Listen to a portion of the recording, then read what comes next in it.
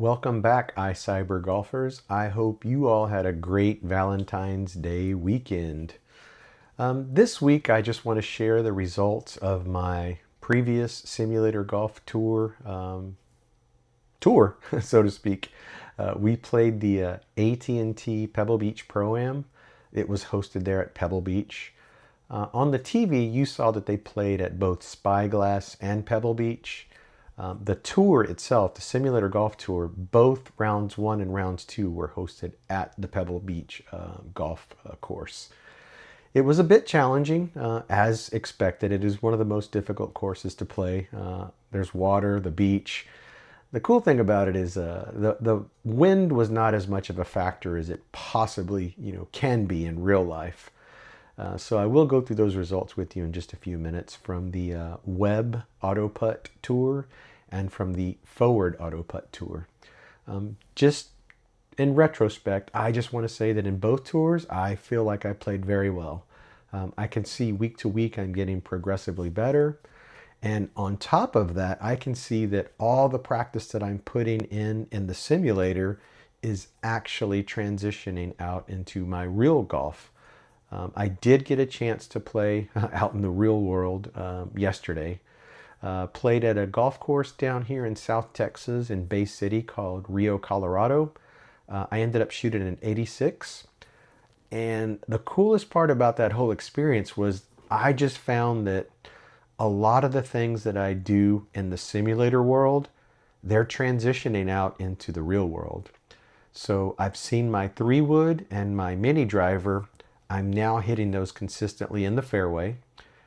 My approaches, when I get to that 120 yards, 130 yards in, I'm hitting the greens with my iron. So my 9-iron, my pitching wedge, my approach wedge, they're dialed in now. So when I see a number that I'm used to hitting in the simulator world, I'm hitting that number now in the real world.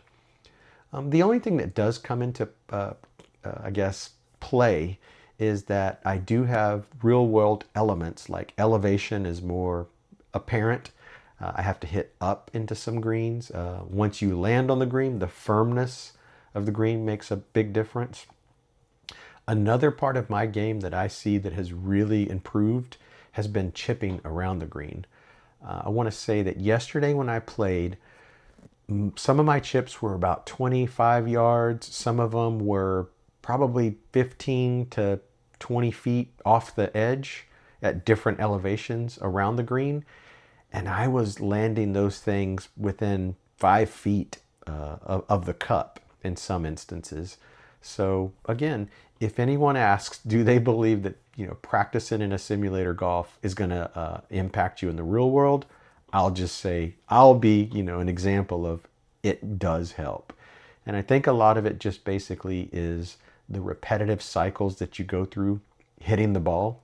So you get better at ball striking, you get better at controlling your shot shape, and then you get better on just judging the distances that your clubs can hit. So again, overall, I'm just very, very happy with where I am in this journey. Along with the simulator golf tour, I also am just really happy with the journey personally playing golf. So let's go ahead and get into these events here. So I'm going to go scroll through. We played the AT&T Beach Pro-Am, the web Auto-Putt. If we click on the results, I'll scroll down, and I believe in this particular event, I want to say I was top 50. So I did get 11 points out of this event. Let's go ahead and look at the scorecard. We'll look at the scorecard next. Let's actually go ahead and look at how many people were here. I ended up shooting a plus 18. Of the 2 rounds, this was I did okay on this one. I did better in the forward Auto-Putt tour. But I'm 45th out of, let's see how many actually completed the event. And you can see week to week, as I guess people get more and more involved, 108 basically completed it. This is our disqualifications. Again, I don't know the reasoning they were disqualified, and these are the did not finish. But what you see week after week is this list is getting longer and longer. So I'm still scrolling. I'm actually competing against more people on a weekly basis, depending on the tournament. So for me to finish top 50 and still get some points out of it, I think that just shows that I am honing my skills in. I am getting better, and I am able to actually finish and get some points out of this simulator golf tour. So if we look at the scorecard here, you'll see where my issues kind of came up. I had a couple of doubles throughout this first round. There was only like one bogey, but the rest of them were actually doubles or greater. I did have some birdies, so again, I did do really well. There was a lot of pars in my round one. When we get to round two, this number got a little more inflated. I had more bogeys in this round two. Still had a few birdies, but then there was only one double bogey here. But again, if you calculate the amount of bogeys that I had across them, I think it's about equal. So nonetheless, again, when I always position myself of how did I do, I shot an 81 on a PGA Tour golf course, Pebble Beach, as a matter of fact. And then that was basically across both rounds. So that's what got me to my ultimate score of and finishing, in the position that I finished in. So again, was happy overall with that play. And again, all I can do week to week is improve. So if we go to the Forward Auto-Putt Tour, and then we go to the AT&T Pebble Beach Pro-Am, look at the results. This is another top 10 finish. So I did finish with a +7, got 80 points out of this.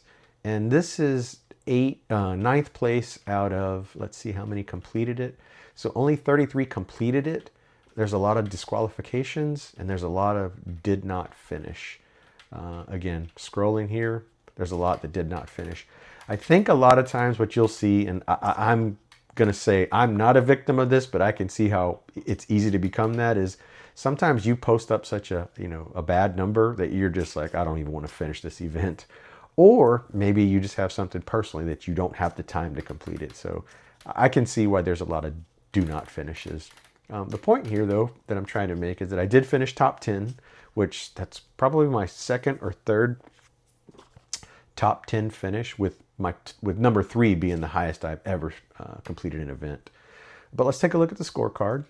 If you look here, shot a pretty good lights out round for the first round. A lot of pars, just a few bogeys, but no double bogeys. And I always told you, if you can avoid the double bogeys, you really do have a chance.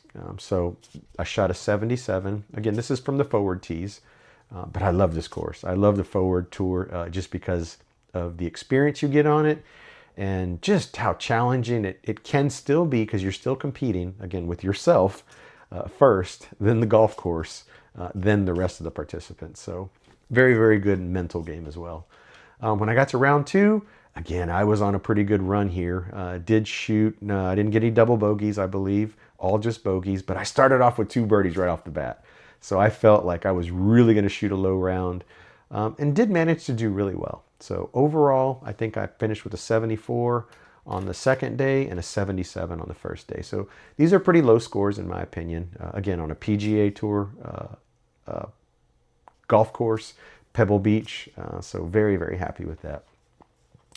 Let's see what's up next in the Simulator Golf Tour world. So we are, again, I'm looking around my camera here. We're going to play the Genesis Invitation, which is hosted at the Riviera Country Club.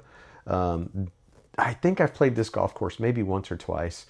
Going to do some practice on this. Going to make sure that I'm prepared for this event, and would like to see if I can target, again, a top 10 finish in the Forward Auto-Putt Tour, and see if I can move up in positions in the Web Auto-Putt Tour. So those are my goals. Those are my objectives. But overall, I just want to say that I'm very, very happy with with my progress this year, as I'm now focusing more and more on sharpening my skills as a golfer. So I do thank you guys for watching. A couple of things that are out there that you may or may not have seen in some of my posts from last week. I've been doing these mashup videos where I'll play like a single golf course, but maybe I'll play half of it in a SkyTrack offering. Maybe I'll play the other half in the GS Pro offering. Maybe I'll play a mashup of 3 different software vendors. There's one, I believe I played, what was the golf course? Can't remember, it's out there. But I played 18 holes, and each hole was from a different software vendor and from a different launch monitor.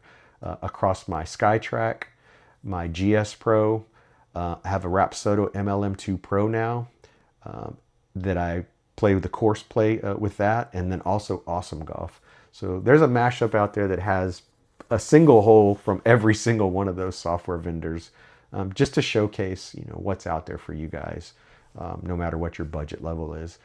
And I've also received a couple of comments and questions in some of the videos, that just people out there that are just everyday individuals that are thankful for some of the knowledge that I've exposed to them. One guy reached out and was just like, hey, I really enjoyed your video that you said turn your Apple iPhone into a launch monitor. And he was just really thankful for the way that I kind of explained how you measure it, how you set it up. And his comment was, he's gone through that process, and now he feels very confident that the numbers he's getting with his, Golf Boy app running on his iPhone, he's getting valuable information. And that's just good to hear, because again, I was once in that position where I'm trying to learn and just trying to figure things out. And I'm just really, really happy to share anything that I come across to hopefully make your lives better, a lot more efficient, and you just get the best value and fun out of your simulator golf equipment. So thank you again, guys. You have a wonderful week. I'm going to play the Genesis Open. I will likely post my forward Auto-Putt tour rounds 1 and 2 whenever I get to those. And then I'll let you guys know next week how I finished up for that tour. As always, I appreciate you guys for following and watching, and I will see you next time. Thank you, and you guys have a wonderful day and week, and we'll talk to you next time.